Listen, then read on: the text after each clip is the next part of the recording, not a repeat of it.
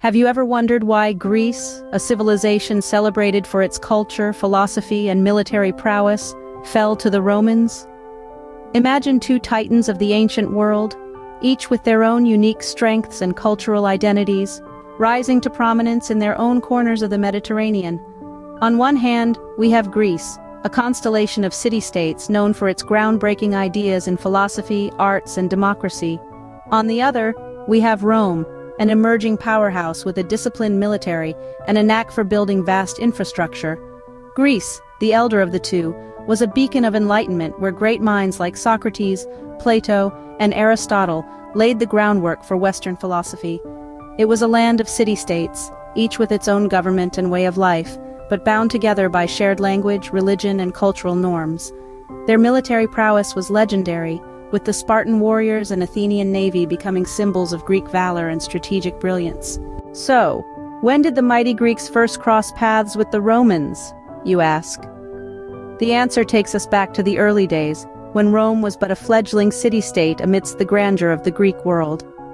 The initial interactions were peaceful, with Rome, the young upstart, looking up to Greece, the established powerhouse.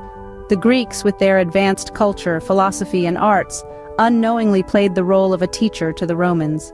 The Romans, on the other hand, eager to learn and grow, soaked up Greek culture like a sponge. This cultural exchange was marked by the Romans borrowing heavily from Greek architecture, literature, and even their gods, essentially creating a Roman version of the Greek pantheon. This period of peace and cultural exchange was not to last, though. As Rome's power grew, so did their ambition.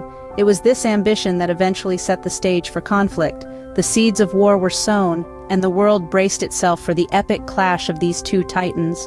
But as Rome's power grew, so did their ambition, setting the stage for conflict. The stage was set, the actors ready. The once peaceful relationship was about to turn into a devastating war. In the heart of the Mediterranean, two great civilizations stood on the brink of an epic confrontation. The Romans, a burgeoning power, were eager to expand their territories, while the Greeks, a seasoned civilization, held fast to their sovereignty. The roots of the conflict can be traced back to misunderstandings, political ambitions, and territorial disputes. Rome, with its spirit of expansionism, was always on the lookout for new territories to conquer. Greece, on the other hand, was a fragmented collection of city-states, each with its own agenda and alliances, creating a fertile ground for conflict. The initial stages of the war were marked by a series of skirmishes, as both sides tested each other's strength and resolve. The Romans, with their disciplined legions and superior tactics, quickly gained an upper hand. Their strategy was to isolate the Greek city-states, cutting them off from their allies and resources. One of the key battles in the early stages was the Siege of Corinth. The Romans, under the leadership of Lucius Mummius, managed to breach the city's defenses and capture it, effectively ending the Greek resistance in the region. This was a significant turning point in the war, as it demonstrated Rome's military prowess and strategic acumen. Meanwhile, the Greeks, despite their valor and expertise in warfare, struggled to mount a united front. Their disunity was their downfall. Each city-state, in its bid to retain autonomy, was reluctant to fully commit to the collective cause. This lack of cohesion allowed the Romans to pick them off one by one, but the Greeks were far from defeated. Their spirit was indomitable, their courage unshaken. They continued to resist, fighting fiercely in both land and sea battles. However, the tide of war was turning against them. Rome, despite its nascent state, was proving to be a formidable adversary for Greece. What led to the fall of Greece, a civilization known for its warriors and philosophers alike? The fall of Greece wasn't an overnight event. It was the culmination of a series of unfortunate circumstances, starting with internal strife. The Greek city-states, instead of banding together against the Roman threat, were embroiled in their own petty squabbles. This lack of unity severely weakened their collective defense capabilities, making them easy prey for the Romans. Then there was the matter of the Roman military strategy. The Romans were tactical geniuses, with a knack for adapting to different situations. They were able to study the Greeks, understand their strengths and weaknesses, and use this knowledge to their advantage. The Roman legions, highly disciplined and well-equipped, were a formidable force that the Greeks could not match. Another significant factor was the exhaustion of resources. The Greek city-states had been involved in numerous wars and conflicts, even before the Romans came into the picture. These wars drained their resources, both human and material. They were running low on supplies, money, and most importantly, manpower. This left them in a vulnerable position, unable to effectively resist the might of the Roman Empire. The geographical location of Greece also played a part in its downfall.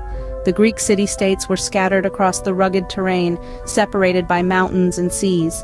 This made communication and coordination difficult, further hampering their ability to mount a united defense against the Romans. But perhaps the most devastating blow came from within. The Greeks, despite their intellectual prowess and military strength, were plagued by political corruption and infighting. This led to a loss of morale and a decline in societal values, ultimately contributing to their downfall. So, despite their glorious past and rich cultural heritage, the Greeks were unable to withstand the onslaught of the Roman Empire. Their once mighty civilization crumbled, and they succumbed to Roman rule. In 146 BC, Greece became a part of the Roman Empire, marking the end of an era. So, what happened after Greece fell into the hands of the Romans? The fall of Greece marked a turning point not just for the Greeks but also for Rome. The Romans, in their conquest, had acquired more than just territories. They had come upon a treasure trove of knowledge, arts, and philosophy that would profoundly influence their own civilization. After the conquest, Rome began to absorb Greek culture like a sponge. Greek philosophy, literature, and art were held in high esteem and became a part of Roman education. Roman scholars, for instance, started studying under Greek tutors, learning the Greek language, and reading Greek works. The influence was so profound that Rome, in a sense, became a reflection of Greece, albeit with its own unique Roman character. Greek architecture, too, had a significant impact on Roman structures. The Romans adopted the Greek style, but they also innovated. They used new materials like concrete to build structures that were not only larger but also more complex. The Roman Pantheon, with its dome and Corinthian columns, is a splendid example of this fusion. The Greek pantheon of gods was also absorbed by the Romans, but with a twist. The Romans identified their own deities with the Greek ones, leading to a syncretic religion. For instance, Zeus, the king of the Greek gods, became Jupiter in Roman mythology. But the influence of Greece didn't stop at Rome. It rippled out into the wider ancient world. The Greek language, for instance, became the lingua franca of the Eastern Mediterranean and Middle East, thanks to the Romans.